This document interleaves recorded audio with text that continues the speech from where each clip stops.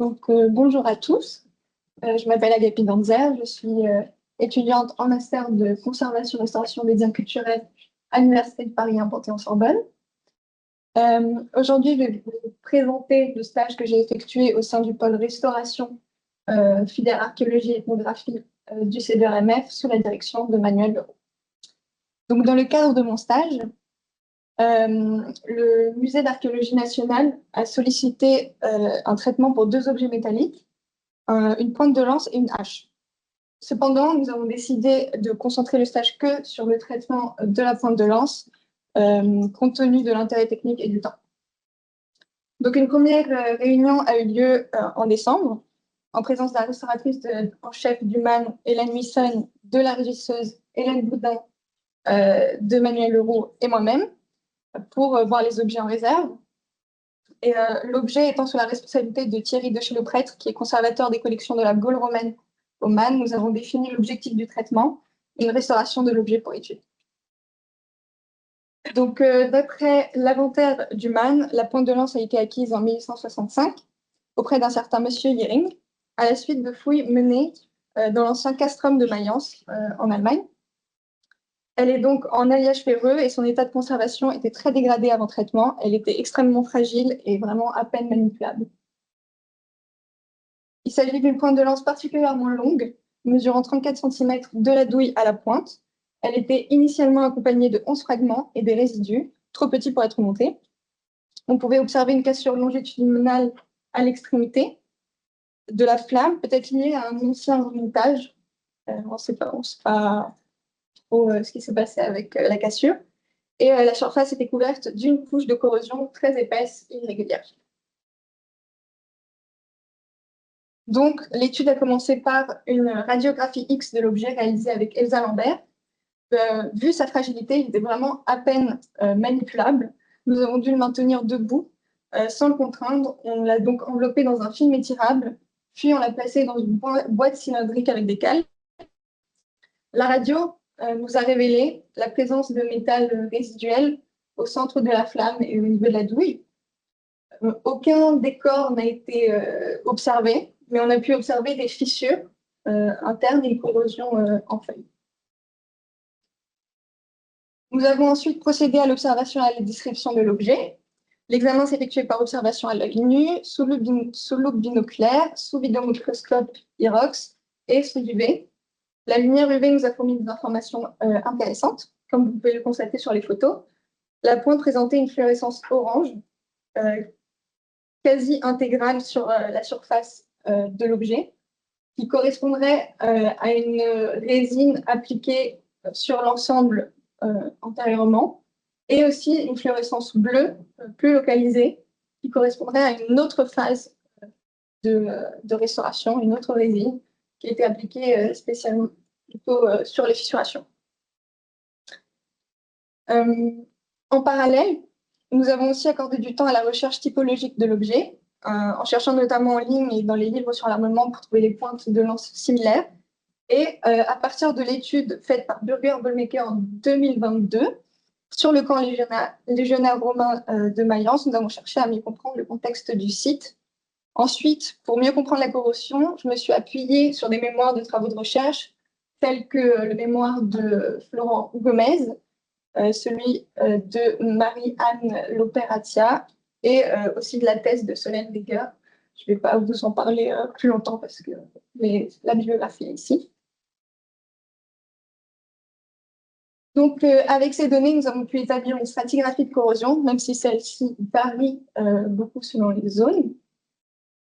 La majorité de la surface présentait une croûte de corrosion épaisse, appelée CP2, qui intégrait les inclusions organiques, appelées les POM, et les sédiments. Le conservateur a souhaité que nous conservions certains des résidus organiques les plus importants en tant que témoins du lieu d'enfouissement par la suite. On observait aussi sur la stratigraphie des gouttelettes violettes et orangées, appelées CP3, présentes sur la couche de corrosion noire-violette. Sur cette couche aussi, nous retrouvions également de la lacaganite et de la magnétite. l'importance de faire cette stratigraphie aussi, c'était surtout pour situer la limite de la surface d'origine qui se trouve dans la CP1. Cette corrosion ancienne a donc fragilisé la structure, provoquant des soulèvements, des fissures, des pertes de matière et rendant l'objet très fragile. Donc, concernant les altérations mécaniques, en regardant l'objet horizontalement, on pouvait déjà observer une altération en feuillet de l'objet qui s'était fissuré en longueur latéralement. Ensuite, comme illustré sur les deux schémas ci-contre, sur ces deux faces, la pointe présentait un réseau de fissures, de soulèvements de matière et des lacunes. Et parmi les 11 fragments qui accompagnaient initialement l'objet, on a pu en remonter 10 comme présenté. Donc, le diagnostic. Les altérations sont dues à deux facteurs principaux. La nature ferreuse du matériau, qui est très vulnérable à la corrosion, et les conditions du sol, probablement riches en chlorure et en humidité. Dès l'enfouissement, la corrosion a débuté, favorisée par son environnement, et à la sortie du sol, le contact avec l'air a accéléré ce processus. L'application, en tout cas, d'une résine antérieure sur l'ensemble de l'objet a permis de maintenir sa cohésion, mais comme il n'avait pas été déchloruré par le passé, la corrosion a repris par la suite, d'autant plus que les conditions de conservation n'étaient pas optimales. Donc, voici les grandes étapes du traitement. Nous avons commencé par une consolidation au paralloïde afin de stabiliser les zones qui étaient fragilisées. Ensuite, on a assemblé les fragments, les 10 fragments, à l'aide de paralloïdes également. Ensuite, nous avons dégagé la première couche de résine sous-binoculaire à la poudre au microsablage sous-binoculaire à la poudre végétale, dans le but de révéler la couche de produits de corrosion dense qui était en dessous. Et avant de procéder au dégagement de la corrosion, nous avons décidé de protéger les matériaux organiques principaux à l'aide de l'application de cycles de décane. Ensuite, le traitement pour retirer la corrosion et arriver à la limite de la surface d'origine, c'est le sablage sous-binoculaire avec des microbits de verre, avec un temps total estimé à 32 heures de dégagement par face. Parallèlement, nous avons continué de consolider les fissures au paralloïde et à combler les lacunes importantes avec du paralloïde teinté, avec un pigment brun noir qui correspondait à peu près à la surface de l'objet. À la fin du dégagement, on a appliqué ponctuellement encore du paralloïde teinté directement dans les fissures et les cavités. Mais le problème, c'est que c'était assez brillant, donc on a estompé comme on pouvait par tapotement au pinceau. Ensuite, on a procédé à la sublimation du cycle de décane à l'aide d'un pistolet à air chaud, puis on l'a passé en étuve à 50 degrés pendant 30 minutes afin d'éliminer le maximum d'humidité avant d'ensuite faire une immersion brève dans une solution de paralloïde à 5% dans l'acétone pour une protection homogène et optimale. Et enfin, on a fait des retouches ponctuelles à la peinture acrylique.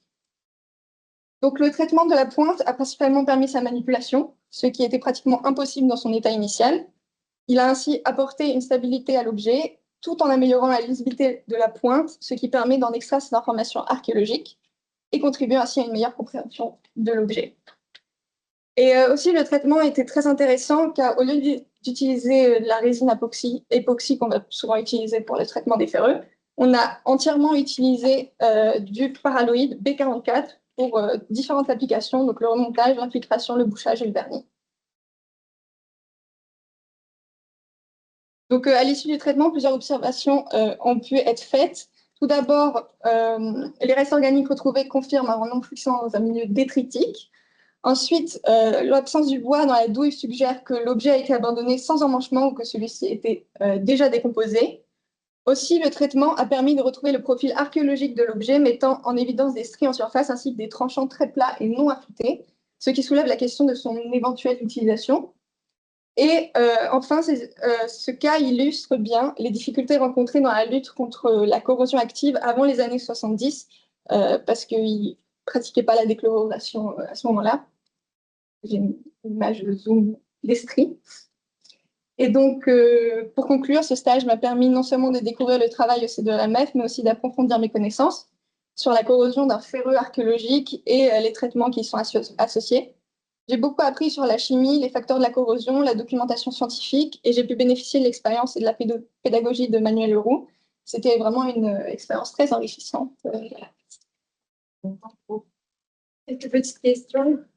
Vous avez des questions pour Agathe? Oui, bonjour. Parmi les questions pour considérer. En fait, est-ce qu'il y a quand même une possibilité. Mais qu'est-ce qui détermine précisément la taille du câble pour qu'on puisse. Si tu as parfait, c'est à savoir des fissures.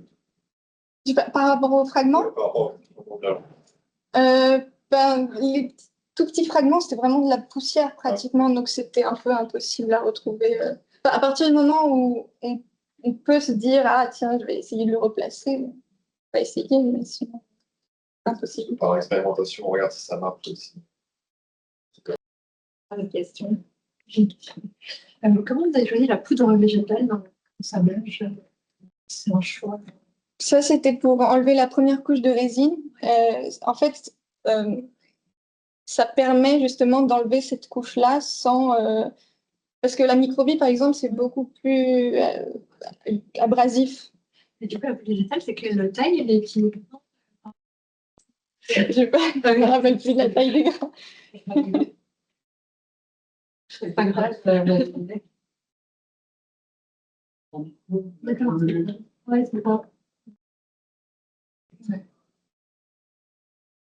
Ouais, c'est fait.